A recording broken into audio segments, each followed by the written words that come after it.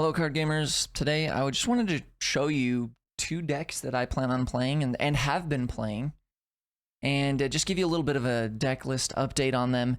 And I wanted to share a new, I mean, it's not a new card. It might be new to you because you might have read it once and then you're like, anyways, whatever, not playing that card. I got the idea from another YouTuber. Okay, I'll show you their channel. If you've seen one of my videos recently, you might have already seen this, but I'm going to show this to you again. Anyways, it's Woo, okay? W with 5 O's after this. Earlier this week, I was listening to their How to Win video here, and they mentioned a Boba Fett list, okay? They mentioned a Boba Fett list.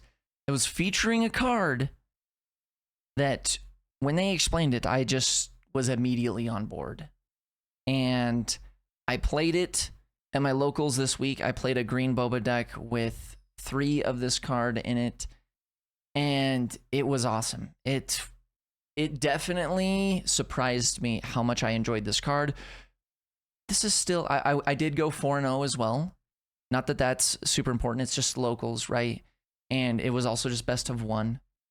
But from that experience, I'm very excited to keep testing this card. Man, I am just teasing you for too long. I'm so sorry. My deepest apologies.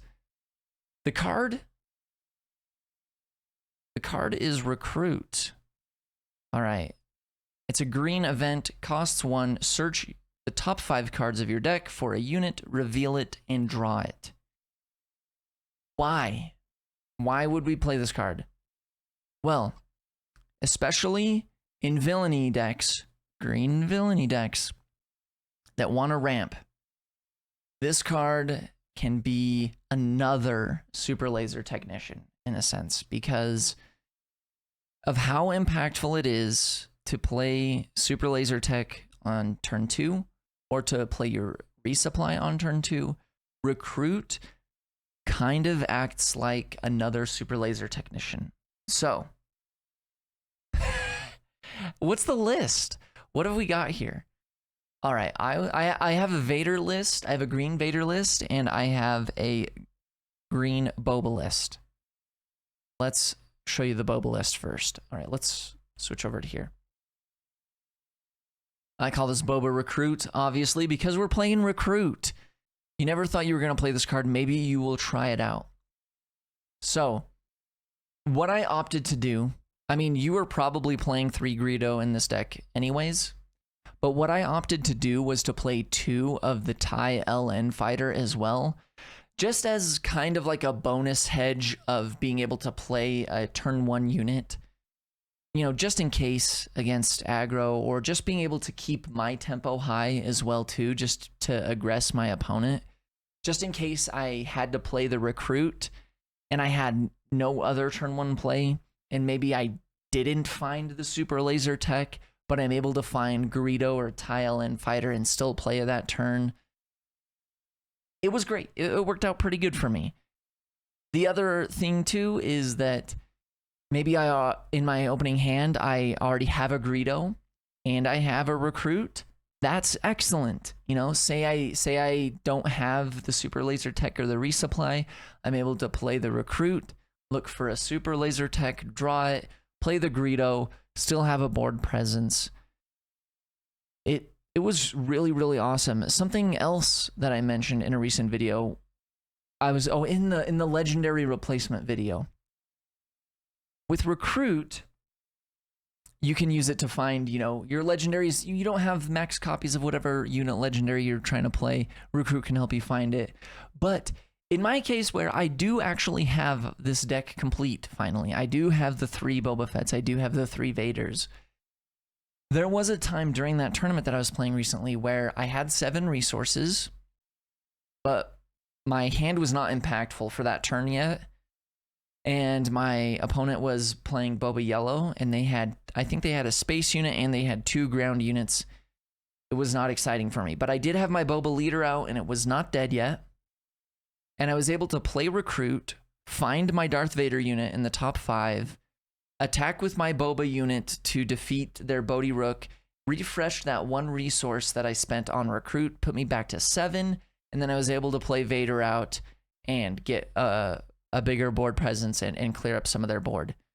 The other thing that's really neat about this is that by choosing to play 2 of the TIE LN fighter, it gives you some more Vader combinations from Vader's effect, because there are going to be situations, and this did come up, where I got to play a Viper probe droid and I got to play the TIE LN fighter in space off of Darth Vader's effect, or, you know, seasoned shore trooper and the TIE LN fighter, because Vader's effect says any number of units that are villainy up to the cost of 3. Any number. So he literally is Ewing reinforcement.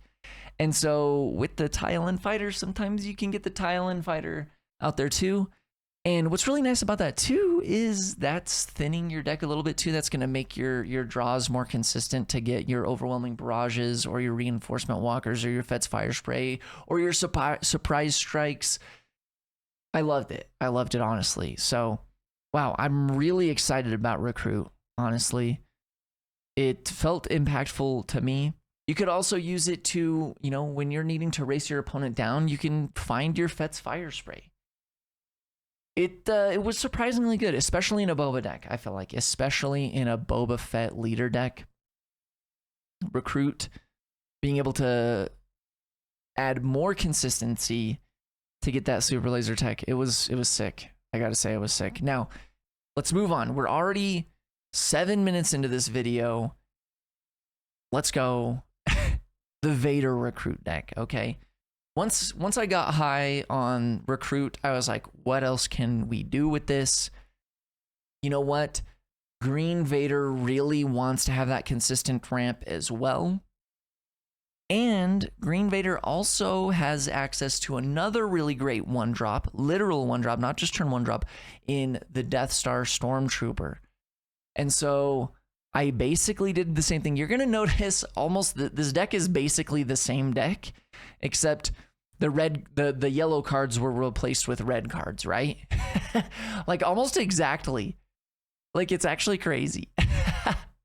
So we've got Force Throw in here. You could choose to not play this because honestly, our only Force units are the Vader unit and the Vader leader. So I just decided to play 2 of this in here just because the card's fun, okay? The card's fun, and you can resource it if you want to. I decided to also play 2 of Vader's lightsaber in here as a form of removal. You can really, I mean, it's still scary because you're really using it on your 7 resource turn or later, so it's not going to stabilize you much during the early game, but I just felt like it would be nice with me being able to have all 3 of the Vader units and the Vader leader. I threw it in there, honestly, just because it seems fun. And I also got the hyperspace versions from weekly play. In addition to this, you could just max out open fire. If you really think, if you honestly, you could take the Vader's lightsabers out, max out open fire. That'd probably be better, honestly. And I opted for 2 Rooks in here. Rook's great with energy conversion lab. It helps you take care of your opponent's reinforcement walkers if you need to in the mid-range and control mirror. Trader is insane as well. Love that card. It's really making its way into every green deck I play. We've got Ruthless Raider as our Fett's Fire Spray in this deck. It does damage on play and when defeated. It's great. TIE Interceptor is basically our 7th Fleet Defender in this one. It's great. Force Choke is awesome. It defeats Sabine like right away. Sabine comes out, Force Choke. You're taken care of. It's a great removal option. And then I also opted to do 3 probe droids and 3 seasoned shore troopers. So yeah, with Recruit, you get your extra chances at getting the Superlaser tech for turn 2, or even honestly with Vader on turn 3. If you feel like your opponent, if you don't want to use your energy conversion lab, you can play the Superlaser tech on turn 3. And then you can use Vader's ability to deal 1 damage to your Superlaser tech.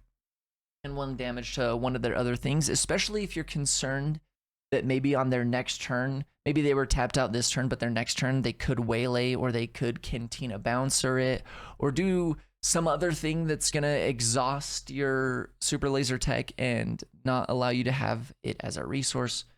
Your Vader leader ability can be helpful to just defeat the Laser Tech itself. Nothing else. I don't really got to explain this. This video can be short, okay? Or shorter. Geez, we're already up at 10 minutes. Hey, this is basically it. I don't think there's too much else to explain here.